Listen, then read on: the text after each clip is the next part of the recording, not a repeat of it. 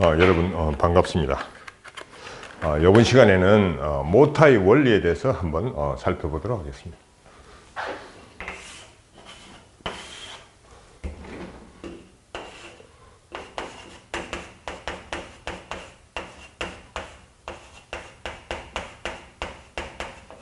우리가 실제 이제 모타라는 걸 굉장히 많이 사용을 하는데, 그게 어떻게 해서 전기를 이어주면 뱅글뱅글 돌아가게 되는지 그거를 한번 살펴보도록 하겠습니다.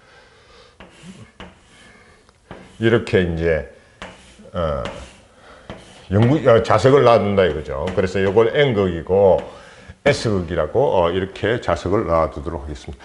여기에 도선을 이렇게 놔두게 됩니다.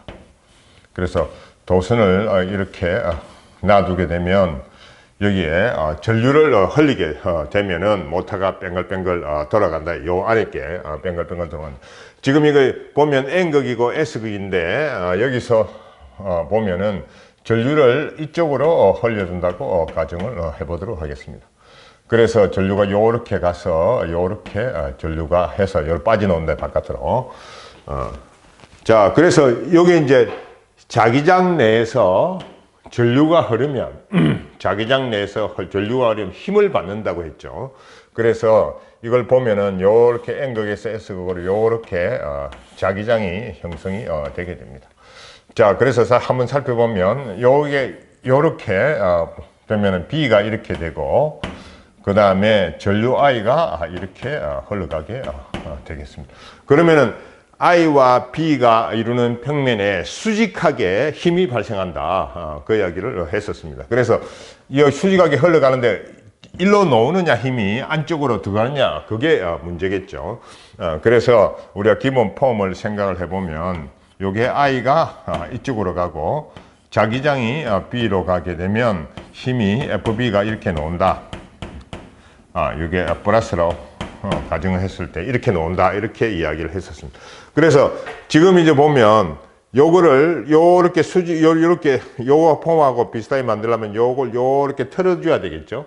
요렇게 90도 틀어주게 되면 B하고 이 어떻게 되냐면 B하고 A가 서로 바뀐 형태로 이렇게 되게 됩니다. 그래서 FB라는 게 요와 같은 경우는 B하고 A하고 서로 위치가 바뀌었기 때문에 안쪽으로 들어가게 된다.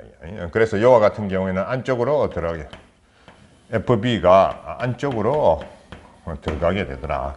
그래서 요와 같은 폼으로 되어 있을 때는 요게 힘이 요 전류 I는 아래쪽으로 이렇게 들어가게 되더라. 그 이야기를 할 수 있습니다. 반대로 이제 이쪽 면을 살펴보게 되면,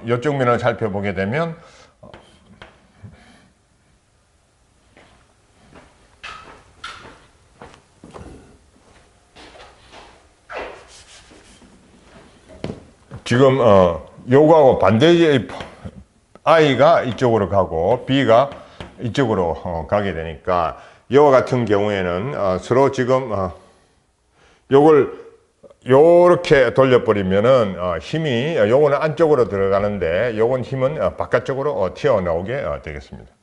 그래서 요렇게 FB가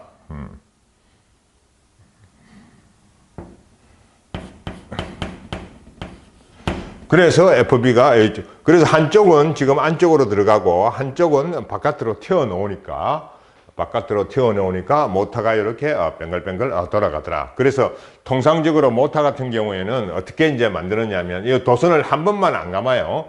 도선을 여러 번 감아 가지고 많은 힘을 받도록 만든다. 많은 힘을 받도록 만들어 주더라. 그러면은 이쪽 면은 어떻게 되느냐? 이쪽에 전류가 흘러갈 때는 지금 I하고 S가 이렇게 걸려 있는데 요게 요렇게 가는 거니까 자기장하고 평행하죠. 평행하게 되니까 요놈하고 요놈은 힘을 못 받는다. 그 이야기를 할 수가 있겠습니다.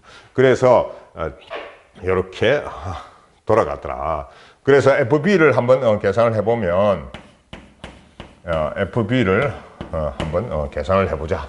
그래서 앞에서 보면 우리가 FB를 흐르는 도선, 전류 I가 흐를 때 요 도선의 길이를 요거를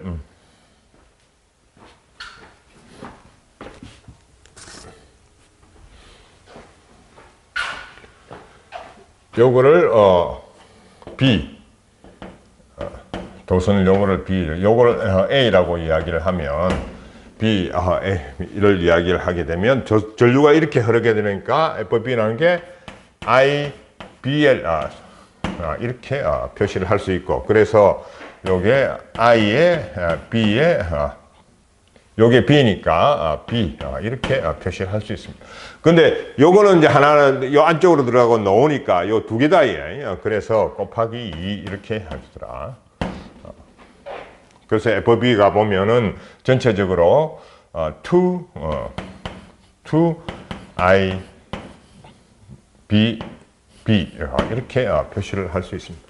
자, 그러면 돌아가는 토크를 한번 생각해 보자. 토크라는 게 R 크로스 F 이렇게 우리가 표시를 하는 거니까 R이라는 게 지금 요걸 중심으로 돌아가니까 요게 R이 2분의 A에 해당이 됩니다. 2분의 A에 해당이 되고, 자, F가 요게 여기 있을 때 이제 수직이로 돼 있으니까 요게 2I B 이렇게 우리가 표시를 할 수 있습니다. 그런데 이게 이제 요게 요렇게 돌아가는데 요쪽으로 요 정도 올라와 있을 때는, 측면으로 올라와 있을 때는 이게 지금 힘을 좀 적게 받겠죠. 토크를 적게 받는데 힘은 똑같이 받는데 요렇게 되게 되면 우리가 수직한 성분만 생각을 해주더라. 그래서 우리가 사인 세타 이렇게 우리가 표현을 해줄 수 있습니다. 자, 그래서 이게 보게 되면 2 날라가고 IBA에 우리가 사인 세타 이렇게 토크를 표현을 해줄 수 있습니다.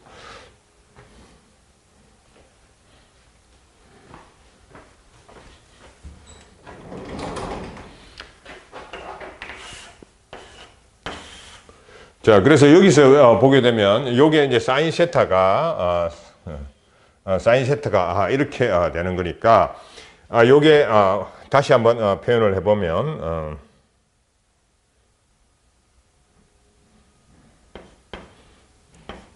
IB의 크로스 A 뭐 이런 식으로 표현을 해줄 수가 있겠죠.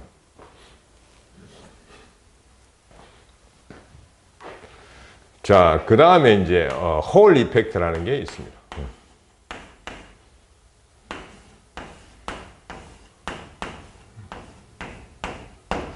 우리가 이제 앞에서 공부를 할 때 뭘 이야기했냐면은 반도체의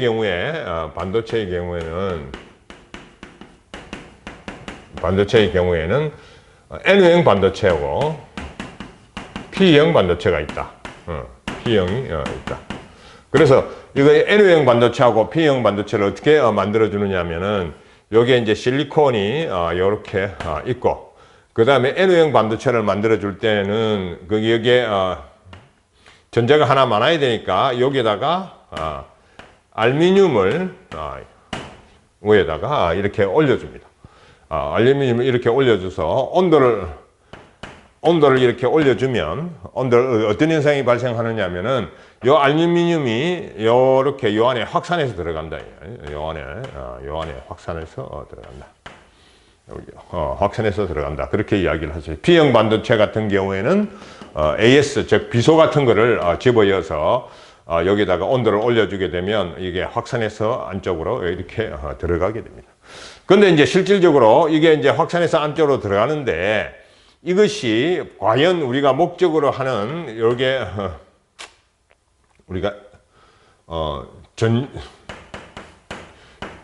전하의 농도가 실제 이렇게 이제 녹여줬는지 전하의 농도가 목적하는 전하의 농도.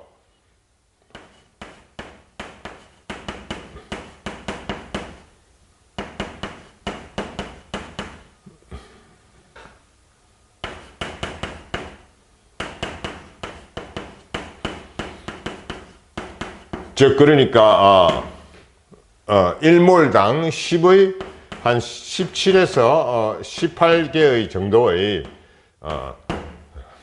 농도에 도달했는지 안 했는지 사실상 이제 이렇게 만들었지만 이게 알 수가 없다 이요 지금.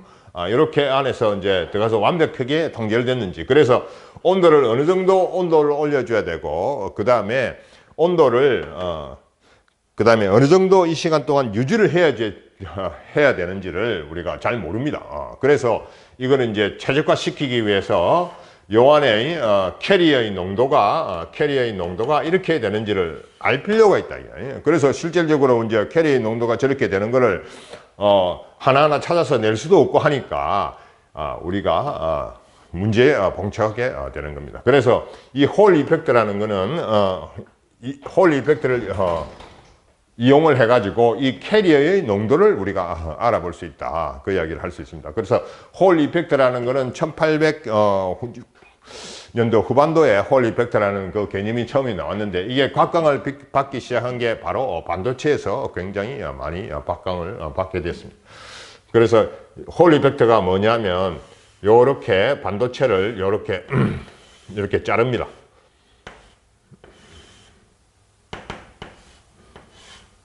반도체를 이렇게 잘라가지고 자기장을 이쪽으로 위쪽으로 자기장을 보내게 돼. 자기장을 요 자른 면에 수직하게 보내게 되고, 전류를 이쪽으로 전류 I를 이쪽으로 흘려 보내주게 되더라. 그 이야기를 할 수 있습니다. 그러면은 이놈이 여기에 이제 캐리 농도가 어느 정도 있게 되니까 요 안에 무슨 일이 벌어지느냐 하면은 전류 I를 보내고 자기장이 위쪽으로 B가 이렇게 걸리게 되니까 힘이 요 플러스 전하를 기준으로 하면 힘이 어디로 발생이 되느냐, 힘이. 그래서 이 플러스 전후가 가던 전류가 힘이 발생하는 걸 보게 되면 우리가 기본 폼이 여기 I가 이쪽으로 가고 자기장이 안쪽으로 칠판 안으로 들어갔을 때 힘이 FB가 이렇게 받는다고 했었으니까 이와 같은 상태를 보게 되면 요걸 90도로 앞으로 쫙 넘가주면 되겠죠. 그래서 요게 흐르는 전하들이 어디에 모이냐면 여기에 모인다. 여기에 전하들이 앞쪽 면에 전하들이 모이게 되더라.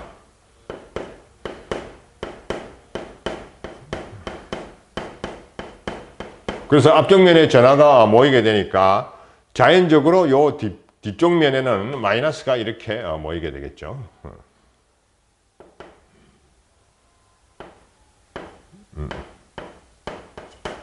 뒤쪽 면에는 마이너스가 이렇게 모이게 되더라. 그 이야기를 할 수 있습니다. 그래서 여기에 플러스가 생기고 이게 마이너스가 생기니까 전기장이 이쪽 방향으로 걸린다. 이 전기장이 이쪽 방향으로 이렇게 전기장이 걸리게 되더라. 그 이야기를 할 수 있습니다. 그래서 이게 이제 여기에다가 이쪽 면하고 그 다음에 마지막 이쪽 면에를 해보면 여기에 델타 V가 걸린다. 델타 V가 걸리더라.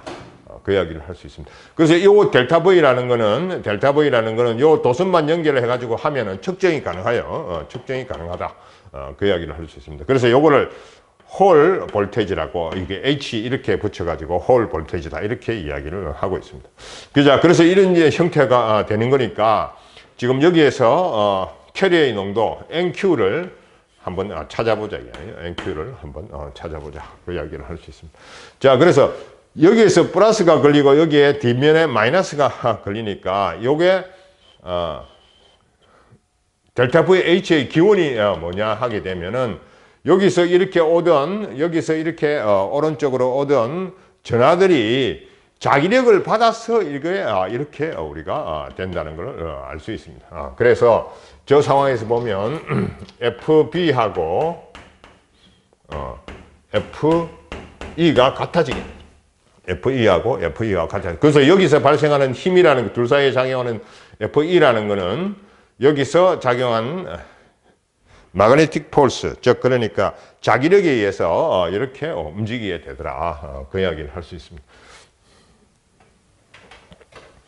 자, 그래서 이거 보면 FB라는 게 도선에 I를 흘려줬을 때 우리가 FB라는 건 IBL 이렇게 표현을 할 수가 있습니다. 자, 그 다음에 여기 FE라는 게 전하가 E의 QE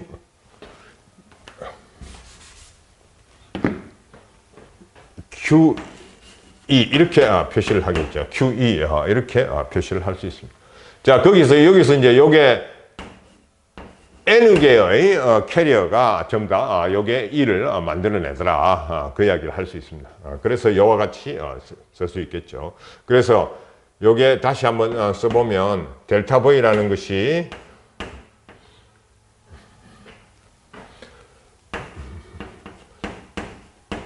E에 어떻습니까? 요걸 E에 뭐 여기서 D라고 T라고 표시를 해보도록 합시다. 그래서 여기 지금 E가 걸리게 있는데 요 사이에 요거를 뭐라고 이야기하냐면 T라고 이야기해요. 요 사이에 둘 사이에 델타 V를 T라고 요 앞면과 뒷면 사이의 거리를 T라고 표시를 해보도록 합시다. 그 다음에 요게 L이다. 여기 L. 여기 L.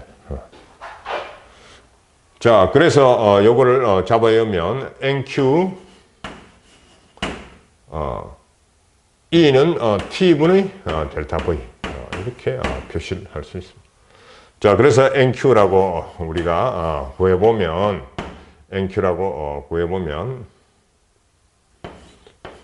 델타 V에 그 다음에